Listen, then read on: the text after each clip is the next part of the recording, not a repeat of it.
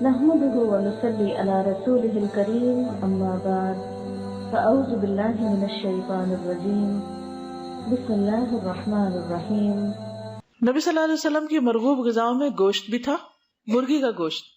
ابو موسیٰ اشعری کہتے ہیں کہ میں نے رسول اللہ صلی اللہ علیہ وسلم کو مرغی کھاتے دیکھا، خرگوش کا گوشت۔ انس بن مالک بیان کرتے ہیں کہ میں ایک نوخیز مضبوط لڑکا تھا، میں نے ایک خرگوش شکار کیا، پھر میں نے اسے بھون لیا تو ابو طلحہ نے مجھے اس کا پچھلا دھڑا دے کر نبی صلی اللہ علیہ وسلم کی خدمت میں بھیجا، میں اسے آپ کے پاس لایا تو آپ نے اسے قبول فرما لیا۔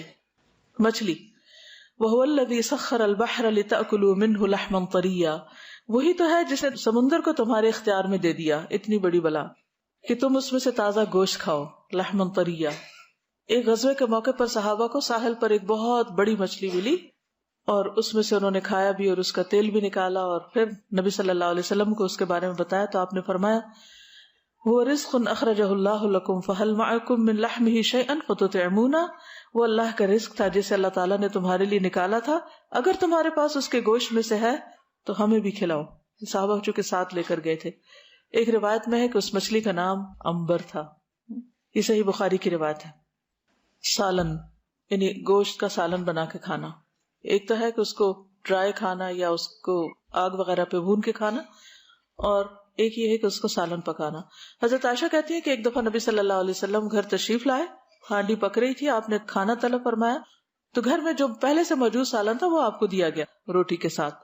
آپ نے فرمایا کیا میں نے گوشت پکتے ہوئے نہیں دیکھا؟ ہی نہیں کہ میں نے دیکھا کہ ہانڈیا میں گوشت پک رہا ہے تو آپ لوگ مجھے یہ کھانا دے رہے؟ عرض کیا دیکھا ہے، لیکن وہ گوشت تو بریرہ کو صدقے میں ملا ہے اور انہوں نے ہمیں ہدیے کے طور پر دیا ہے۔ آپ نے فرمایا اس کے لیے وہ صدقہ ہے لیکن ہمارے لیے ہدیہ ہے، یعنی ایسا گوشت کھایا جا سکتا ہے۔ تو گوشت کو ہڈیاں میں پکا کے شوربہ بنا کے اس طرح بھی کھانا آپ کی سنت میں سے ملتا ہے۔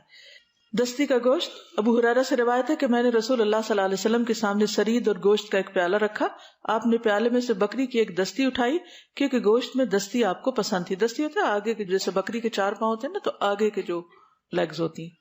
آپ نے اسے دانتوں سے کھانا شروع کیا اور فرمایا قیامت کے دن میں تمام لوگوں کا سردار ہوں گا۔ پھر دوبارہ آپ نے دانتوں سے گوشت کھایا، پھر فرمایا میں قیامت کے دن تمام لوگوں کا سردار ہوں گا۔ اس سے آپ اندازہ لگائیں کہ 2 بائٹس کے بیچ میں آپ نے ایک تعلیم دی اور دوسرے بائٹ کے بعد پھر وہی بات دوبارہ تکرار کی۔ تو ہم بھی سوچیں کہ ہمارے کھانے کے دوران کی گفتگو کیا ہوتی، ہم کھانا بھی کھا رہے ہوتے ہیں اور مردہ لوگوں کا گوشت بھی کھا رہے ہوتے ہیں، ساتھ ساتھ غیبت کر رہے ہوتے ہیں یا تبصرے کر رہے ہوتے ہیں یا کسی کے اوپر ہنس رہے ہوتے ہیں یا مذاق کر رہے ہوتے ہیں۔ تو یہ بھی سنت میں سے ہے کہ ہم ان چیزوں سے پرہیز کرتے ہوئے کھانے کے وقفوں کے بیچ میں کیا کریں، اچھی گفتگو کریں، کام کی گفتگو کریں، کسی کے علم میں اضافہ کریں یا کسی سے کچھ سیکھیں۔ اور پھر یہاں پر آپ دیکھیے کہ دانتوں سے آپ نے اس کو کاٹا، تو اس سے یہ پتہ چلتا ہے کہ گوشت کو دانت سے کاٹ سکتے ہیں۔ ابو ہریرہ رضی اللہ عنہ سے مروی ہے کہ ایک مرتبہ بکری کا گوشت پکایا گیا تو رسول اللہ صلی اللہ علیہ وسلم نے فرمایا مجھے ایک دستی دو، تو انہوں نے نبی صلی اللہ علیہ وسلم کو ایک دستی پکڑائی اور انہوں نے تناول فرمائی۔ اس کے بعد فرمایا مجھے ایک اور دستی دو، انہوں نے وہ بھی آپ کو دی، آپ نے اسے بھی تناول فرما لیا۔ فرمایا مجھے ایک اور دستی دو۔ کسی نے عرض کیا یا رسول اللہ صلی اللہ علیہ وسلم ایک بکری میں تو 2 ہی دستیاں ہوتی۔ آپ نے فرمایا اگر تم تلاش کرتے تو ضرور نکل آتی۔ عبداللہ بن مسعود بیان کرتے ہیں کہ رسول اللہ صلی اللہ علیہ وسلم کو بکری کے گوشت والی ایسی ہڈی بہت پسند تھی جس پر سے گوشت اتار لیا گیا اور تھوڑا باقی ہو، جو بالکل ساتھ ساتھ لگا ہوا۔ پھر پوشت کا گوشت، عبداللہ بن جعفر طیار رضی اللہ عنہ کہتے ہیں کہ انہوں نے رسول اللہ صلی اللہ علیہ وسلم سے سنا جب صحابہ کرام رسول اللہ صلی اللہ علیہ وسلم کو گوشت پیش کر رہے تھے تو آپ فرما رہے تھے کہ سب سے عمدہ گوشت پشت کا گوشت ہوتا ہے۔ پسلی کا گوشت، چامپیں جن کو بولتے ہیں۔ ام سلمہ سے روایت ہے ایک مرتبہ انہوں نے نبی صلی اللہ علیہ وسلم کی خدمت میں ایک بھنی ہوئی پسلی رکھی، آپ نے اس میں سے تناول فرمایا، پھر نماز کے لیے کھڑے ہو گئے اور وضو نہیں کیا، یعنی گوشت کھانے کے بعد وضو نہیں کیا جاتا سوائے اونٹ کے پائے۔ عائشہ رضی اللہ تعالیٰ عنہ کہتی ہیں کہ ہم بکری کے پائے محفوظ کر لیتے تھے اور اسے 15 دن بعد کھاتے تھے، یعنی زیادہ دن تک وہ چل جاتے تھے۔ بھنا ہوا گوشت، بھنے ہوئے گوشت کے بارے میں ابراہیم علیہ السلام کا طرز عمل ہمارے سامنے ہے کہ جب ان کے پاس کچھ مہمان آئے وَلَقَدْ جَاءَتْ رُسُلُنَا إِبْرَاهِيمَ بِالْبُشْرَى قَالُوا سَلَامًا قَالَ سَلَامٌ فَمَا لَبِثَ أَنْ جَاءَ بِعِجْلٍ حَنِيذٍ۔ سورۃ ہود 69۔ بلا شبہ ہمارے رسول یعنی فرشتے ابراہیم علیہ السلام کے پاس خوشخبری لے کر آئے تو ابراہیم کو سلام کیا، انہوں نے جواب دیا۔ تھوڑی ہی دیر گزری تھی کہ وہ مہمانی کے طور پر ایک بنا ہوا بچڑا لے کر آئے۔ تو اس سے پتہ چلتا ہے کہ اگر بکری کے علاوہ بچڑے کا گوشت بھی، بچڑا یعنی کہ گائے کا بچہ، اس کو اگر استعمال کیا جائے تو اس میں حرج نہیں ہے۔ عبداللہ بن حارث سے مروی ہے کہ ہم نے مسجد میں رسول اللہ صلی اللہ علیہ وسلم کے ساتھ بھنا ہوا گوشت کھایا۔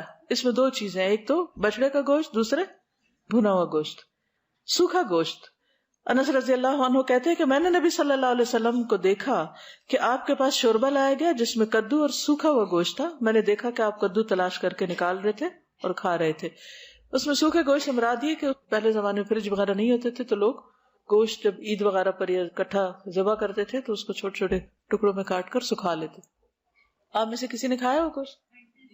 جی، ہنٹر بھی بہت ہی مزے کا ہوتا ہے۔ گورخر کا گوشت۔ ابو قتادہ کہتے ہیں کہ نبی صلی اللہ علیہ وسلم کے ساتھ صلح حدیبیہ کے موقع پر نکلے۔ ابو قتادہ اپنے چند ساتھیوں کے ساتھ پیچھے رہ گئے۔ ان کے تمام دوسرے ساتھی تو محرم تھے، یعنی احرام کی حالت میں تھے۔ انہوں نے احرام نہیں باندھا تھا۔ ان کے ساتھیوں نے گورخر یعنی نیل گائے دیکھی۔ ابو قتادہ نے حملہ کر کے اس کی کونچیں کاٹ ڈالی، خود بھی کھایا، دوسرے ساتھیوں نے بھی کھایا، لیکن پھر نادم ہوئے۔ تو جب نبی صلی اللہ علیہ وسلم سے جا ملے تو آپ نے پوچھا کیا اس کا گوشت تمہارے پاس اور بچا ہوا ہے؟ ابو قتادہ نے کہا ایک ران ہمارے ساتھ باقی ہے۔ تو آپ صلی اللہ علیہ وسلم نے بھی وہ گوشت کھایا، کیونکہ وہ آپ کی نیت سے نہیں شکار کیا گیا تھا، آپ کو پیش بس کیا گیا۔ تو جو احرام میں نہ ہو وہ اگر شکار کر کے خود بھی کھائے اور اگر کسی محرم کو دے تو وہ گوشت کھایا جا سکتا ہے۔